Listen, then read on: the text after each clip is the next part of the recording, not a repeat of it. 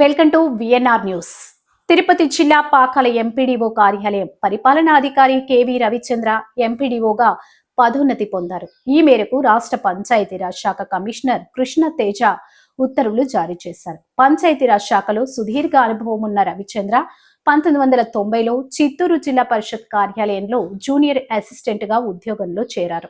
1999లో senior assistant గా పదోన్నతి పొంది Tirupati sub division panchayati vigilance and quality control విభాగంలో చేరారు. 2011లో సూపరింటెండెంట్ గా పదోన్నతి పొంది పీలేరు మండల ప్రజా పరిషత్ కార్యాలయంలో విధులు నిర్వహించారు. అనంతరం రొంపిచెర్ల, చంద్రగిరి, పాకాలలో మండల పరిషత్ కార్యాలయంలో విధులు నిర్వహించారు. ఎక్కడ విధులు నిర్వహించినా ప్రజలతో మమేకమై వారి సమస్యల పరిష్కారానికి అటు ఉన్నత అధికారులు, ఇటు మండల పరిషత్ కార్యాలయం అధికారులతో కలిసి కృషి చేశారు.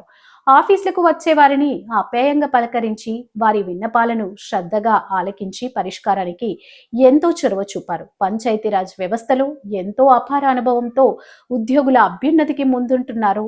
ఎంపీడీఓగా రవిచంద్రకు పదోన్నతి రావడం పట్ల కల్లూరు పంచాయతీ కార్యదర్శి నాగరాజు, పులిచెర్ల ఎంపీడీఓ కార్యాలయం సీనియర్ అసిస్టెంట్ శేషాద్రి, బంగారుపాలెం పంచాయతీ కార్యదర్శి యుగంధర్, పద్మనాభం హర్షం తెలిపారు.